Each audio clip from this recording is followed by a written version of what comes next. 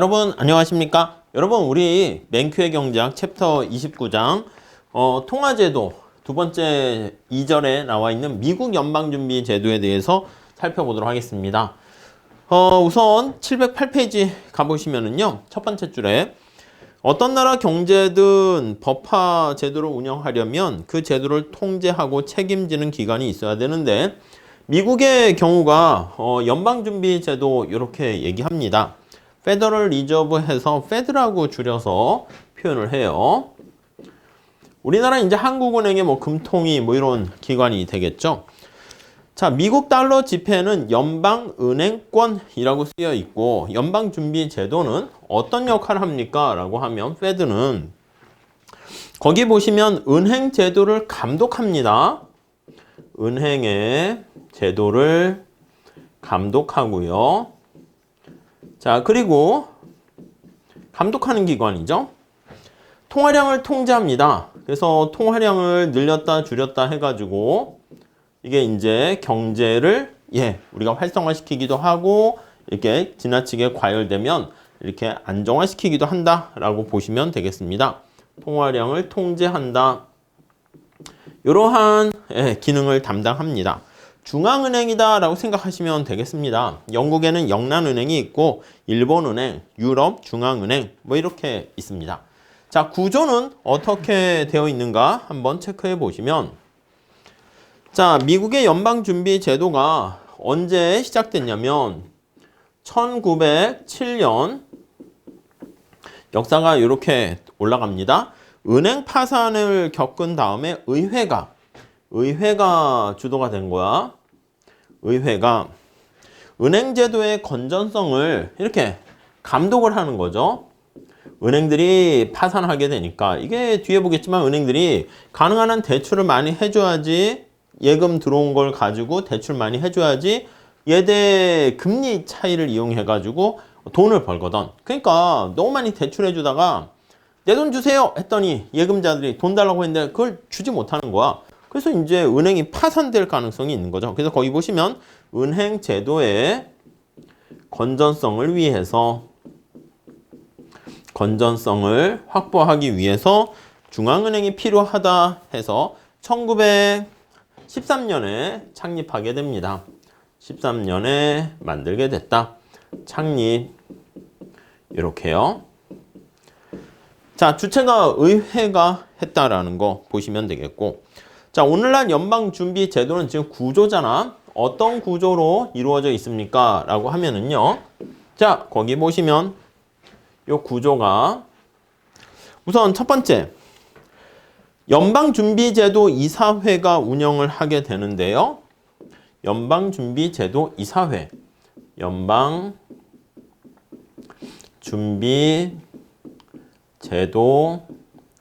이사회, 이사회가 운영을 하고 있는데, 거기 보시면 이사회는 대통령이 지명을 하고 상원이 인준하는 7명 이내의 이사회잖아. 그러니까 7명 이내의 이사로 구성되어 있다. 이렇게 보시면 되겠습니다. 이사들의 임기는 14년입니다. 임기는 14년이니까 굉장히 좀 긴 편이죠. 그래서 거기 나와 있는 대법원 판사들은 아예 죽을 때까지 종신 임기를 보장하는 것과 같은 이유로 가능한 한 좀 깁니다. 그러니까 정치권의 외압에 영향을 받지 않고 휘둘리지 않도록 하는 겁니다. 그래서 거기 보시면 정치적 압력을 배제하기 위해서 길게 임기를 정했어요.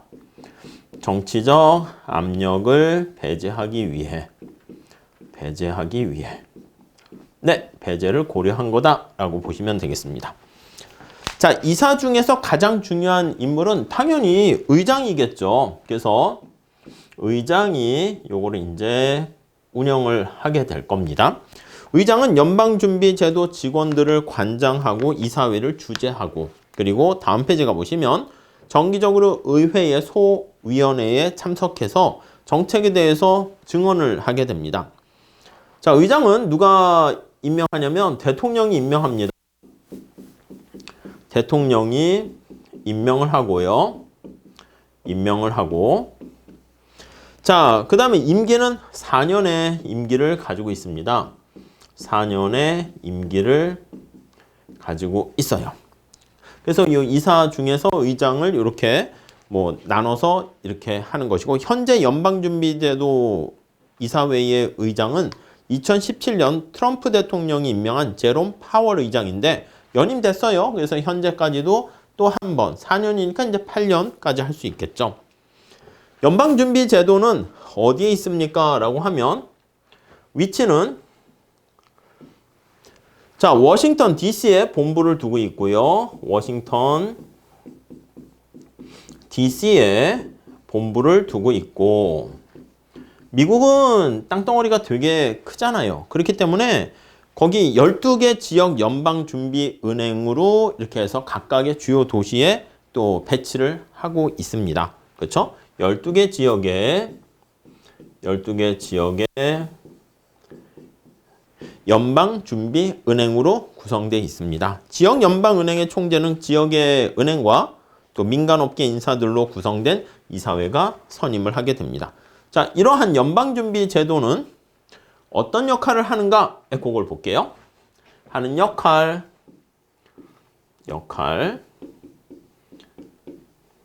자, 우리 이 역할을 한번 살펴보면은요. 첫 번째, 두 가지 관련된 직무를 수행한대요. 앞에 나온 거랑 비슷해. 첫 번째는 은행을 규제하고 은행 제도의 건전성을 보장한다. 그렇죠? 은행을 규제하고 은행의 어떤 시스템, 은행 제도가 건전하게 잘 돌아가도록 제도의 건전성을 보장한다. 이렇게 보시면 되겠습니다. 자, 각 은행의 어떤 재무 상태가 어떤가, 너무 지나치게 대출을 많이 해준 건 아닌가, 어음의 교환 같은 거 통해서 은행 간의 거래를 또 지원해 줍니다. 건전성을 약간 유지시켜 준다. 그래서 건전성을 보장해 준다. 요거도 보시면 되겠습니다. 그래서 연방준비제도는 은행도 돈을 빌리고 싶을 수 있잖아. 그러니까 우리나라 한국은행 생각하시면 되겠습니다. 은행이 돈을 빌릴 때 어떻게 우리 은행이 신한은행 가서 빌리기도 좀 그렇잖아. 그러니까 은행의 은행 역할을 하는 게 바로 우리가 얘기하는 한국은행이라고 보시면 되겠습니다. 그래서 거기 보시면 뱅커스 뱅크에서 은행의 은행. 그러니까 일반 시중은행이 돈을 빌리러 갈 때는 최종 대부자 역할을 하는 게 중앙은행이 되는 거죠. 그래서 연방준비제도 이쪽으로 와가지고 돈을 빌리거나 이렇게 합니다. 재무 상태가 나쁜 은행에 단기적으로 자금이 필요할 때 은행의 은행, 거기 최종 대부자라는 말도 잘 체크하시죠. 최종 대부자의 역할을 담당한다. 이런 역할은 우리나라 중앙은행의 역할하고 비슷하게 보시면 되겠습니다. 둘째, 앞에서 얘기했던 거 그대로입니다. 은행 제도를 감독하고 통화량을 통제한다고 그랬죠. 자, 경제 내 유통되는 화폐 공급량. 자, 머니 서플라이에서 통화량을 화폐 공급량입니다. 시중에 풀려 있는 화폐의 공급량을 통제한다. 네, 이렇게 보시면 되겠습니다. 자, 그래서 거기 보시면 앞으로 통화량과 화폐 공급량 그냥 같은 말로 쓸 겁니다. 자, 통화량을 조정을 해서 경제에 영향을 미쳐요. 이걸 뭐라고 얘기하냐면 머니터리 팔리시 해서 통화 정책 이렇게 얘기합니다. 그러니까 통화 정책을 관장하는 바로 기관이 연방준비제도 이렇게 보시면 되겠습니다. 연방준비제도에서 통화량을 담당하는, 특히 통화 정책을 구체적으로 담당하는 곳이 어디입니까? 라고 하면은요, 거기 나와 있는 다음 B에 나와 있는 거죠. 연방공개시장위원회 해서 FOMC에서 요거를 관장한다. 이렇게 보시면 되겠습니다. 페드 내에서도 연방공개시장위원회에서 관장하는데요. 거기 보시면 6주에 한 번씩 본사가 워싱턴 DC에 있다고 그랬죠. 그래서 6주에 한 번씩 워싱턴 DC에 모여가지고 금리를 어떻게 할지, 통화량을 어떻게 할지 통화정책에 대한 논의를 하게 됩니다. 자, 정리해 볼게요. 자, 연방준비제도는 은행이 시스템이 건전하지 못할까봐 의회에서 1913년에 창립했고요. 두 가지 역할을 합니다. 은행제도를 감독하거나 아니면 통화량을 규제하게 되는 것이고, 연방준비제도 이사회의 의장은 4년 만에 한 번씩 대통령이 연임을 할 수 있지만 대통령이 임명하고, 이사는 14년의 장기간의 임기를 가지고 있습니다. 자, 본사는 워싱턴 DC에 있고, 통화정책은 다음에 나오는 FOMC에서 결정한다. 이렇게 보시면 되겠습니다. 네, 이 정도 하시고요. 자, 연방공개시장위원회 FOMC 거기 보시면은 페더럴 O는 페더럴입니다. 페더럴 O는 오픈된 거야. 그래서 연방공개 이거를 번역한 거죠. 페더럴 오픈 시장이잖아. 마켓 위원회 커미티 이렇게 해서 FOMC 이렇게 얘기를 하는 것이죠. 자, 연방공개시장위원회는 연방준비제도 이사들과 12개 지역 연방준비은행 총재 중 5명으로 구성되어 있고요. 그래서 연방준비제도와 또 각각의 지역에 있는 이사들, 총재들 그 중에서 5명으로 구성이 되어 있고, 12개 지역 연방은행 총재 전원이 FOMC의 모든 회의에 참석을 하지만, 참석은 다 해요. 참석은 각각의 지역에 있는 연방준비은행 총재들 다 참석하지만 5명만 투표권이 있는 거야.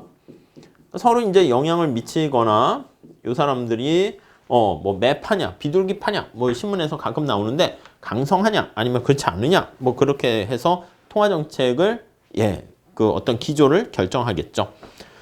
자, 투표권은 12개 지역 연방준비은행 총재들이 교대로 행사를 하지만 뉴욕 연방준비은행 총재는 항상 그래서 이제 이게 돌아가면서 뭐라고 할까? 순환한다고 할까? 이렇게 돌아가면서 투표권을 갖게 되는데, 뉴욕은 제일 중요한 지역인진 그래서 그런지 모르겠지만 뉴욕은 붙박이로 고정되어 있는 거야. 항상 투표권을 갖고 있다. 이렇게 보시면 되겠습니다. 거기 뭐 이유가 나와 있네요. 뉴욕이 미국 경제 중심 월가 뭐 등등 되어 있고, 연방준비제도에 의한 모든 국채 매입 매각 이게 뉴욕의 연방준비은행에서 집행되기 때문에 그렇다. 이렇게 나와 있습니다. 자, 그래서 이제 여기서 결정하는 것은 뭡니까 하면 돈을 풀 것인가. 그래서 돈을 푸는 것을 헬리콥터 밴이라고 해가지고 벤 버냉키 의장이 많이 썼던 뭐 거기서 이제 은유적으로 표현한 건데, 헬리콥터로 통화량을 지폐를 인쇄해서 뿌리는 거야. 그래서 통화량을 조정하게 되는데, 이거를 어떻게 조정합니까? 라고 하면 한 가지 방법은 헬리콥터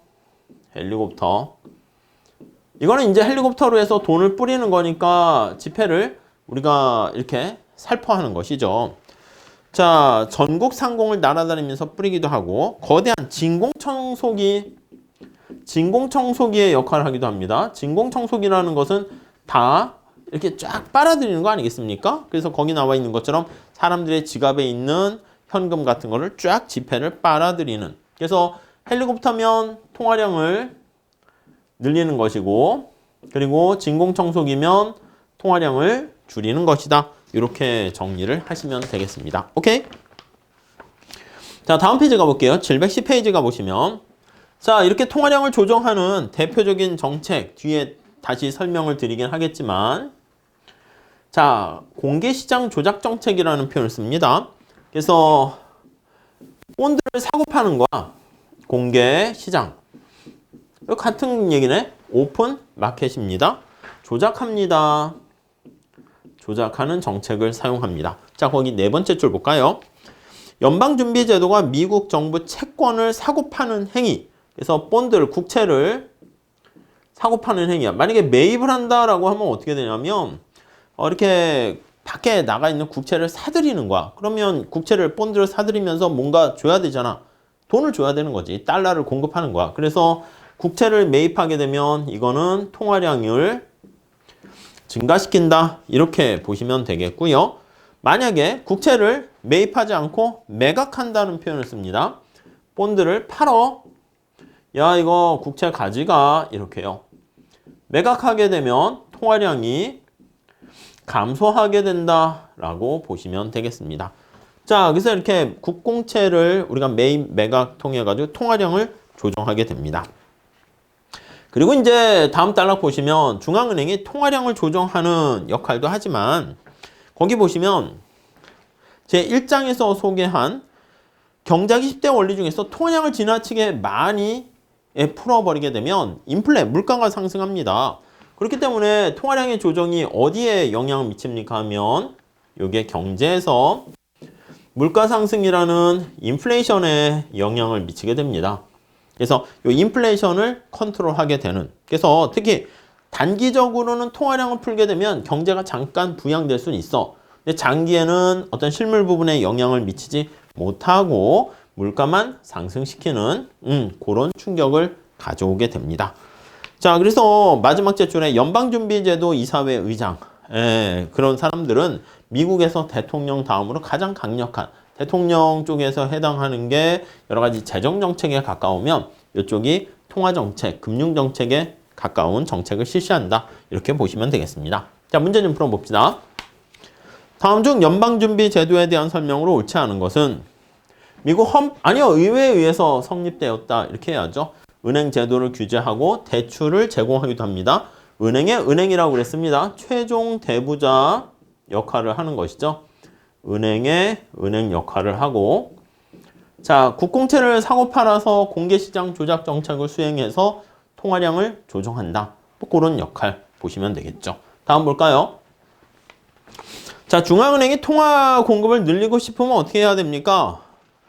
통화량을 늘리려면 우리가 공개시장 조작 정책, 오픈마켓 공개시장 조작 오퍼레이션 정책을 쓰게 되는데요. 그게 바로 공개시장 조작을 통해서 채권을 매입하면 대가로 돈이 나가야 되겠죠. 그러니까 매입을 하니까 뭔가 대가로 돈을, 그러니까 우리가 밥을 먹고 옷을 사면 뭔가 돈을 지불하는 거랑 똑같은 메커니즘으로 생각하시면 되겠습니다.